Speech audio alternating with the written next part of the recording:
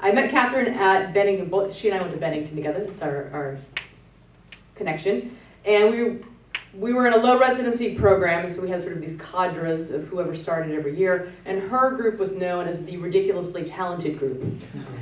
Was the unofficial title of them. And she's certainly lived up to that. She is pulling her weight in the Ridiculously Talented cadre. She has been published in addition to the debut novel, which has met a lot of acclaim and been very successful. She's been published in Agony, in The Believer, in The Guardian, the Paris Review Daily, in Tin House. She's taught in MFA programs, and she's also taught in prisons. Very versatile. So, Katherine's work. Derek Askey, who in the Colorado review of Violet Hour said that her strength and the strength of the book is in portraying life the way it is, instead of the way we so often wish it would be, which to me sums up the strength of all of Katherine's work. She sets up a situation that we recognize from life. In The Work Boyfriend, a young woman is cheating on her kind but kind of boring boyfriend with a guy from work that she's sort of into but not super into. In The Finest Milled Cotton, we follow the story of a disaffected college student who drops out and gets a job at the mall.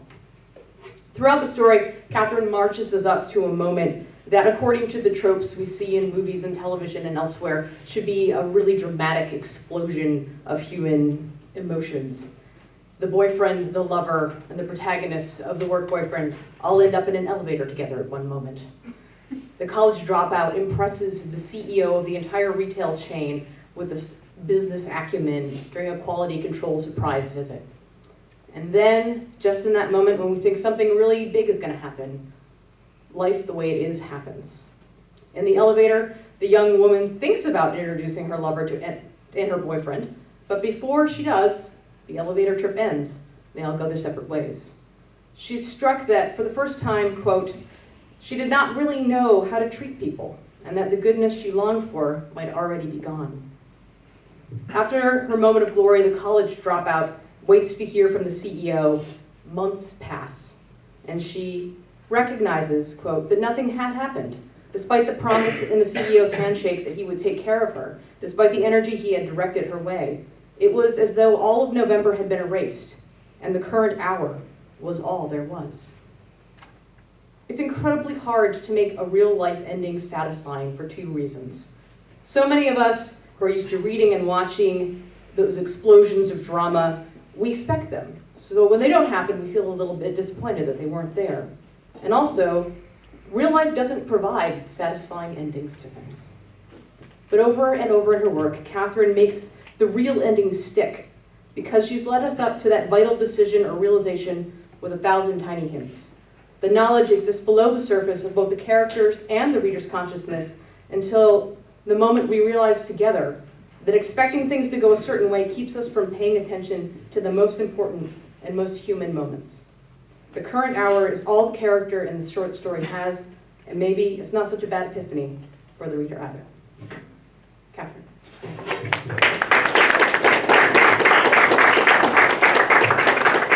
That was too nice. That was so nice. Thank you for reading those stories so closely and so generously, Kelly. That was that's really moving.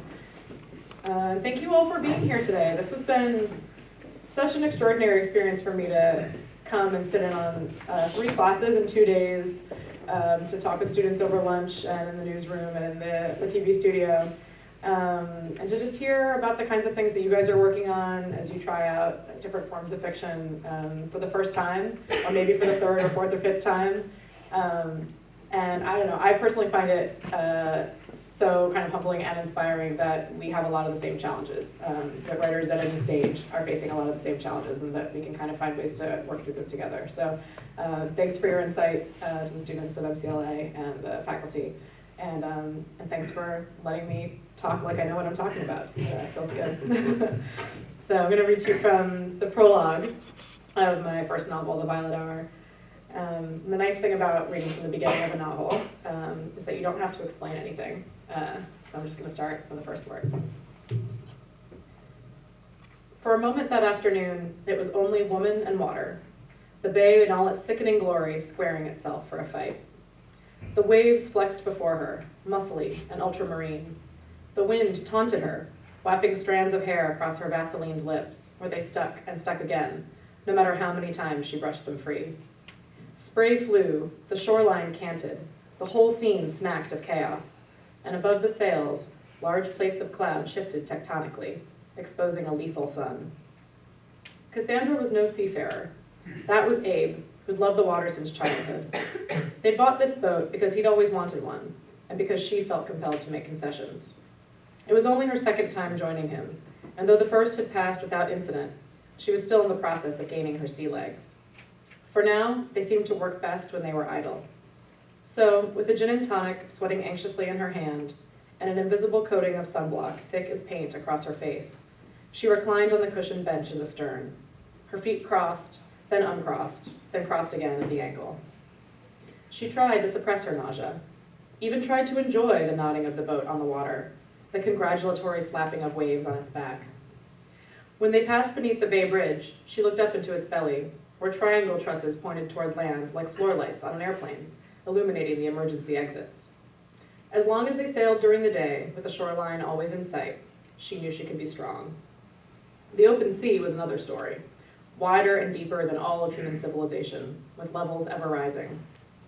There was a time when the mere proximity of the ocean had thrilled her, its color and moisture a fresh discovery, as though she were a pioneer at the end of a punishing journey over land. She used to love the way the water merged with the sky, blue asserting itself as the most dominant color in nature. It used to make her feel very powerful. Now it only made her feel frail. Of course, these days, she saw her weaknesses everywhere she went. They leapt out at her from newspaper stories of distant atrocities she'd done nothing to prevent, and from the dusty, neglected corners of her studio at home. And the truth was, she was frail. Not yet in body. Her body still worked quite well, but in judgment. How else to explain Vince Hirsch, 31 and broad, if not quite handsome, a rambunctious clown in bed? She hadn't intended to sleep with him, at least not the first time. Yet through some weakness, she'd given in, then through some other weakness, gone back for more. Even breaking it off had been a weak decision, made in fear of getting caught. He owned a fashionable gallery in Oakland, a slick place where Cassandra never felt she really belonged. But he'd chosen one of her pieces, and then he'd chosen her. She gripped the rail now as they bounced through choppy water, amazed at how life had surprised her. She'd been an adulteress, a slave to sensation. With her husband, she owned a sloop. The affair was beyond her comprehension, but she was trying her best to understand the boat. Abe's white perpendicular pet, with all its funny parts, fair leads, halyards, jib, boom. On this late June afternoon, she wore mirrored sunglasses, a canvas hat, and a thick belted cardigan to keep her warm. In a brave attempt to relax, she left her shoes below decks. "Elizabeth," she called, as they neared shore to drop anchor for a while. "Come take some more sunblock." She set her glass in a cup holder and reached for the tube in her bag. Her daughter climbed down from the prow in a bikini so red it was almost patriotic. As a child, she'd been fair like her mother, but now, at 18, she'd suddenly managed a buttery tan. Cassandra hardly recognized her. "I don't need any more," Elizabeth said, checking an arm. "Daddy's jeans have finally reported for duty." Cassandra looked at her husband, who was bronze, and always seemed to need less than she did. Less sunblock, less affirmation, less risk. He had the wheel in one hand, his gin and tonic in the other, and a volume of Borges waiting on the bench. He liked his drink, and occasionally his dope, but really he was addicted to reading. He spent hours at it, every night in bed, illumined by a slim, bending lamp, growing melancholy as he neared a book's end, as though some part of him were ending too. He was now almost done with the fatly collected Borges, yet this time he appeared unfazed, as though he hadn't really been reading it, only giving each page some air. Something was bothering him, something he probably had to work out for himself. She learned years ago not to pester him when he fell into one of his moods. "I'm not sure it works like that," Cassandra said to Elizabeth. "I think it probably has more to do with the ozone and the time of year you got your first exposure to the sun. You were in Mexico in March." "Then here's my other theory. Beer. I've had more beer this year than any other. I think it might have altered my body's chemistry, made me more susceptible to tanning." She couldn't suppress her laugh. Rational, honest Elizabeth. "That's ridiculous. It's the ozone. Mom, it was a joke." She shook her head and went off to assist with the approach. Elizabeth knew a few sailors at her school. blonde beach club types in polo shirts, their collars popped unnaturally towards the sky. She found them vaguely preposterous, and was likewise suspicious of sailing. It's not about who does it now, Abe had told her. It's about how it used to be. John Smith, Columbus, Odysseus, Noah. So what, she protested. Everyone in history sailed, from the famous to the forgotten. Exactly, Abe told her his point.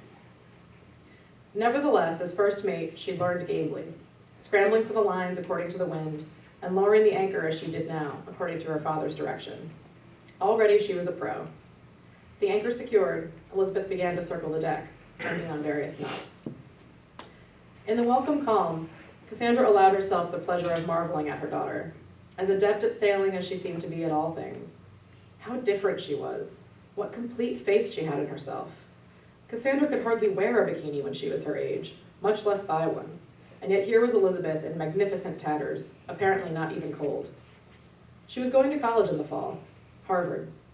The word still gave Cassandra a little thrill every time she saw it printed on a piece of their mail. She'd done it. She'd given her vocationally trained parents a Harvard-bound grandchild, the icing atop their second-generation American cake. Elizabeth's tanned legs were turned now and walked up the deck. They stepped onto the port gunwale, then up to the guardrail above it, balancing precariously as if on a tightrope, and an instant later had sprung, splayed and fearless, into the freezing bay. Your sister's a regular circus artist, Cassandra whispered to Ferdinand, the Portuguese water dog, who had come to rest his brown head in her lap. An artist? Abe asked from his bench. Over the years, Cassandra's art was one of the few things that had given him hope when doctoring turned gloomy. It was incredible, the things she could make for no other reason than she wanted to. Abe was a rheumatologist, and his patients, beset with lupus, osteoporosis, and debilitating strains of arthritis, were people in great pain. They came lumbering in with walkers wide as doors, fat ankles spilling out over their shoes like muffin tops. They had hunchbacks and butterfly-shaped rashes across their cheeks, and bodies as brittle as glass. After 2 decades of approximate science, how much does it hurt on a scale of 1 to 10? Inconclusive labs. Your blood work shows no evidence of the rheumatoid factor, but of course 20% of patients never do.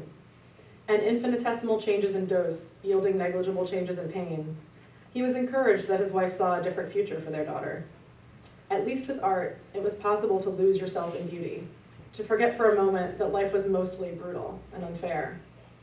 At least with art, one did not have to look a 33-year-old mother of 4 in the eye and tell her that thanks to some inexplicable, overzealous urge of the immune system, genetic, hormonal, he couldn't say why, she had suffered irreversible damage, the cartilage having almost completely worn away, the pain destined only to increase. I've just been thinking about Elizabeth, Cassandra told him, caressing Ferdinand's ears. Everything keeps coming so naturally to her. She's a teenager, she ought to be tormented, but she's not. She's a regular magician. And that makes her an artist how? Cassandra looked out over the wrinkled water, which seemed as fruitless in its journey as they sometimes were in conversation. Abe awaited his wife's response, his finger calmly marking his page. Circus artist, she said, hearing the second time how stupid her comment had been. Because of the way she was standing on the rail. His voice trailed off. Remember that play they did in the hall with Jessica? And those togas they had to keep gathering at their knees to keep from tripping. It was very witty. Cassandra remembered the play for other reasons, but in many ways she preferred Abe's version of the past. She was in middle school. Can you believe that's already 5 years ago? Good God, what happened? He asked. How did we let her get away with this? She laughed, and in that moment of sweet understanding, she felt she ought to tell him about Vince, that he'd forgive her and pull her to his chest as he'd so often done when they were young. If there was one thing she'd loved about their marriage back then, it was the freedom they'd felt to be honest. She could tell him when he'd been hurtful, and he would hear her and try to change. She could confess her own transgressions and be forgiven and even understood. It would take more effort to be honest with him now, and Cassandra couldn't quite bring herself to do it. She shook the ice cubes in her glass as he stood to fuss with the line. Most things about her husband now were firm. His reason, his resolve, his rules. Even at 47, his body, with its extraordinarily durable bones. He knew and sometimes overestimated his strength, imagining himself armored by his scrappy, layered heritage. German Jewish, Italian, Scots-Irish, African. Abe himself was inscrutably tan, which seemed to give him permission to disappear in any crowd. He watched the white sails ahead of them shrinking towards the Boeing Bridge, and she wondered how many outings it would take before Cassandra would be ready for the ocean. It still disappointed him that she, who had never really lost someone, could be so frightened of the truest, greatest things. Suddenly restless, Ferdinand lifted his head from Cassandra's lap and vigorously shook himself out. He circled a few times, then went straight for Abe's leg, which he thumped against with a sigh. Cassandra clucked her tongue and retrieved an apple from the snack cooler as Elizabeth reappeared on the boat. Funny the things that bugged her. Elizabeth's tan, Ferdinand's loyalty.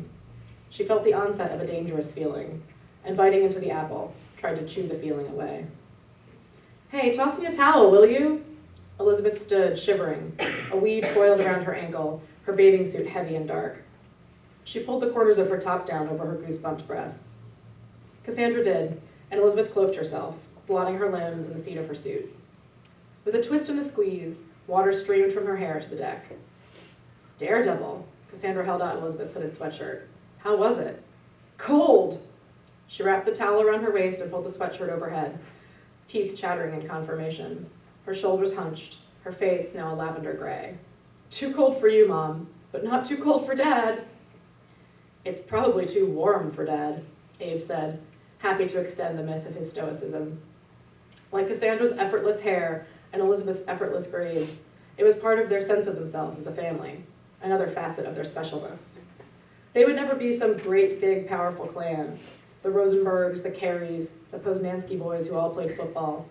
But in some ways, they were more special because they were just the three, a family rendered in its most essential basic parts: mother, father, child. Elizabeth pulled up the anchor and joined Cassandra on the bench. She was nearing the limit of her patience with parents. "When do you think we'll head back?" she asked once they were underway again. "An hour, maybe," Abe said. "Too pleasant to turn in just yet." Elizabeth sighed. "Not too much longer, okay? I want to meet up with some people tonight." "What people?" Cassandra always wanted to know, to imagine the scene. Same ones who were always there: Rachel, Jessica, Brian, Henri. "Henri? Do I know him?" "He's just this diplomat kid. We've been hanging out a few months. He's friends with the guys." "That's an old-fashioned kind of name." This was Abe from the Weald. "Whatever, so's Abraham." "But I'm a boring, middle-aged dad. I'm supposed to be old-fashioned. How old is this poor Henri?" "What does that matter?" Elizabeth asked, her cheeks a sudden pink. Abe's eyes met Cassandra's. He hadn't expected this. "Don't be running around with older boys, Lizzie," he said, trying to keep his tone light. "You don't want that kind of trouble." "Dad," she laughed, "I'm going to college. All the boys will be older in college." Might run a week think that too." "Daddy!" "Just be careful." He cleared his throat. "That's all I'm saying." Elizabeth flushed again, irritated at her father's sudden seriousness. "Of course I'm careful. I'm not an idiot. I can handle myself with anyone. Doesn't matter if he's 18 or 22. Cassandra winced. "Is that how old he is? 22? Honey." She leaned forward to look her daughter in the eye. "Are you dating this boy?" "No. I mean, not necessarily." "Christ." Abe swung the boat sharply, getting in line with the wind. "He's a really good person. His age doesn't matter." "Easy, Abe." Cassandra clutched the handrail and her hat. Elizabeth pulled her orange and white striped towel tighter around her hips. She hadn't intended for it to come out like this, if at all. But now that it had, she couldn't let them get all worked up, absurdly imagining him to be some kind of predator. "He's actually about to start a PhD in French colonial literature," she told them. "He knows people who have worked in clinics in Africa, and he knows a lot about wine, like maybe even more than you." Abe gave a humorless laugh.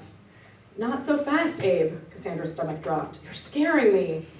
"Oh, for God's sake, Cassandra, it's called sailing." "You guys should meet him," Elizabeth said. They were all slantwise and speaking louder at their brisk new clip. "I'm not saying I'm going to marry him or anything, but I think you'd both really like him." She felt mature, idly talking to her parents about a man. "Elizabeth," Abe said, "I'm not making any judgments about him. I just don't want you to have any illusions. Don't be thinking you're going to lose your virginity to some romantic Frenchman." He had never mentioned her virginity before. The word on his lips was mortifying. "Well," she said, as everything flapped, the sails above them full, "that's not going to happen." It wasn't going to happen because it had already happened at a party the previous fall. Zach Lando, white wrapper, baggy shorts, large nibbles, flat on her back on a blanket in the woods, dead beetles crunching dirt underneath. Afterward, they'd smoked a joint, and she'd pretended nothing had hurt. "You'll hate me in a few days," he'd said. He was right. "Good," Abe said, feeling even more unsettled than before. Cassandra had grown silent. Her daughter was having sex.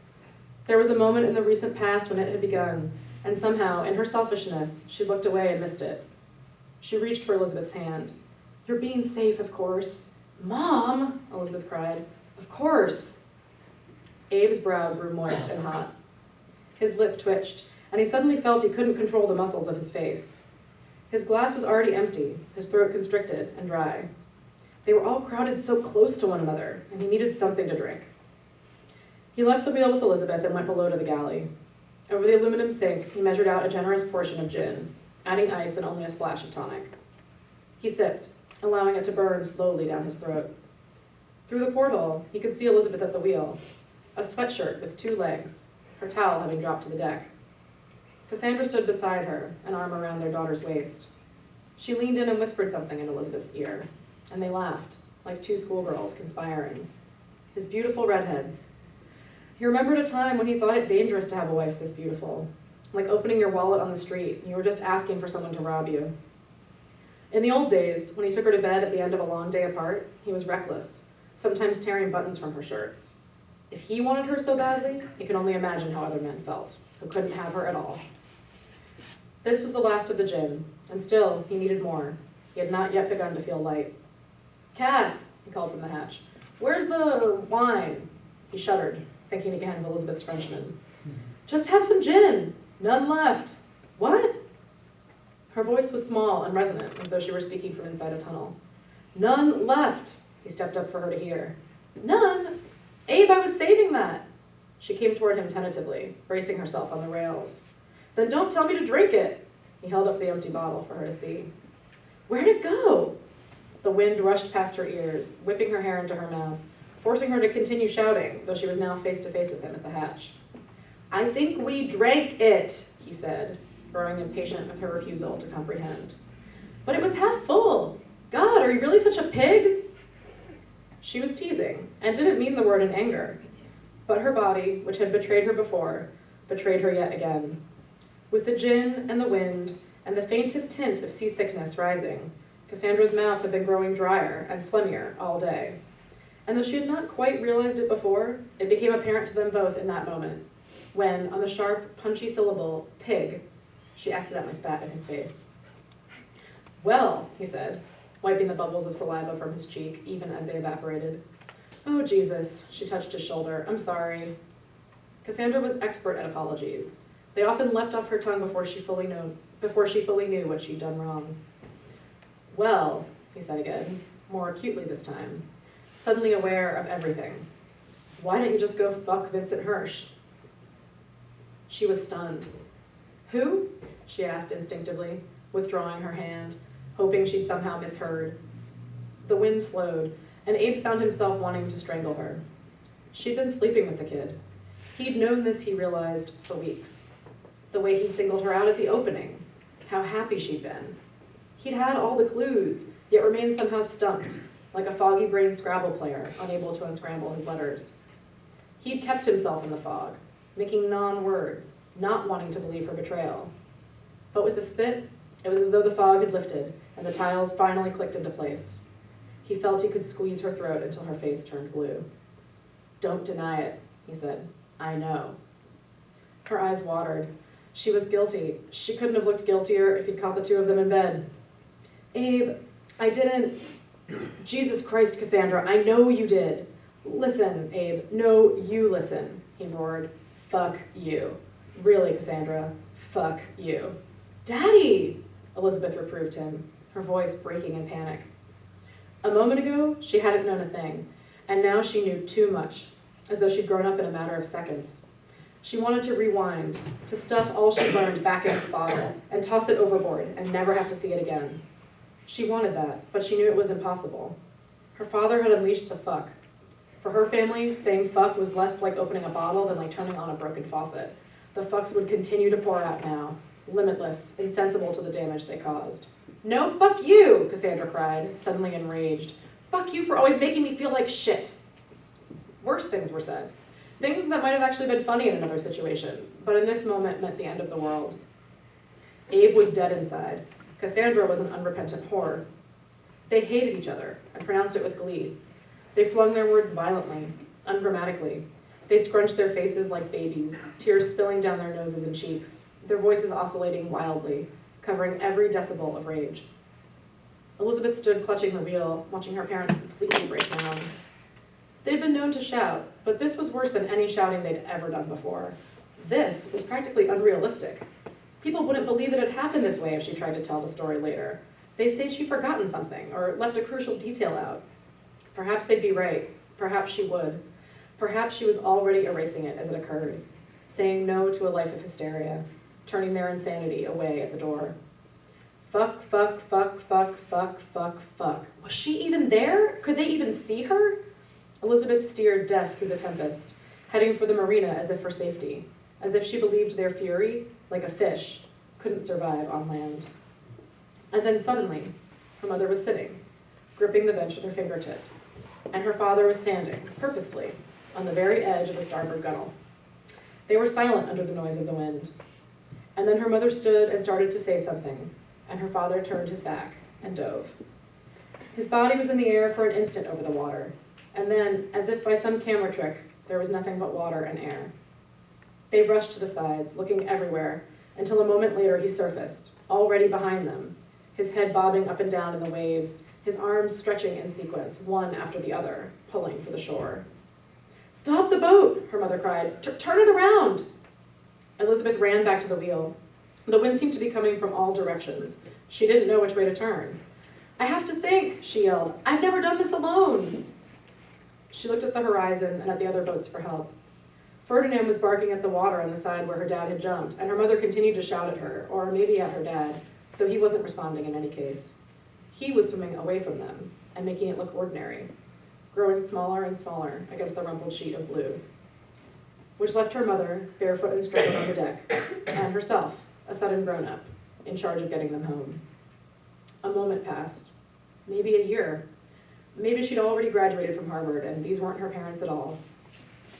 Remembering the motor, she turned it on, and the horizon steadied itself into recognizable layers of sky, land, and water.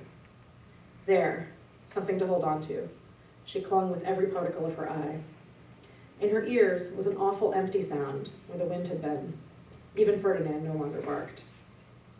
"I'm sorry, sweetie," Cassandra said finally, having come to stand by her side. "It's okay," Elizabeth told her, because it wasn't worth it to say much else. "Do you think Dad's going to swim the whole way?" "He'll make it." "Are you sure?" "He's an excellent swimmer." "Then I guess we ought to head back." "Yes," Cassandra said. "Thank you. I love you." "Sure, Mom. I love you too." In the bay, Abe swam full on toward the trees.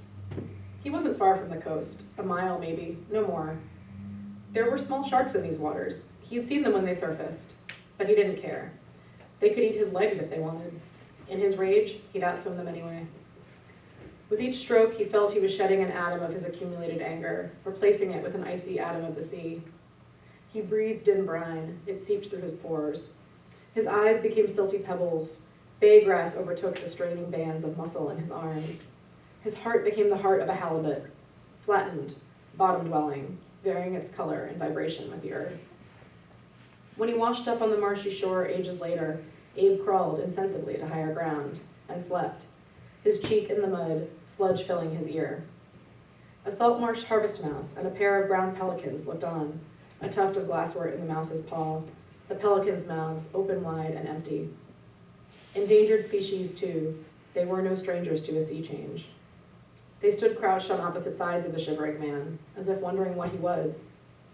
Beads of water clung to his surface, and the grass around him shifted while the pelicans regarded each other with elongated beaks. After a space of time, they seemed to reach an agreement and scuttled off. The mouse remained a moment longer, chewing on the last of his glasswort. When he was done, he sniffed the man once more in case he harbored some morsel of food. Finding nothing, he made for the water. A third pelican was not far behind, taking flight in preparation for a dive. Thank you.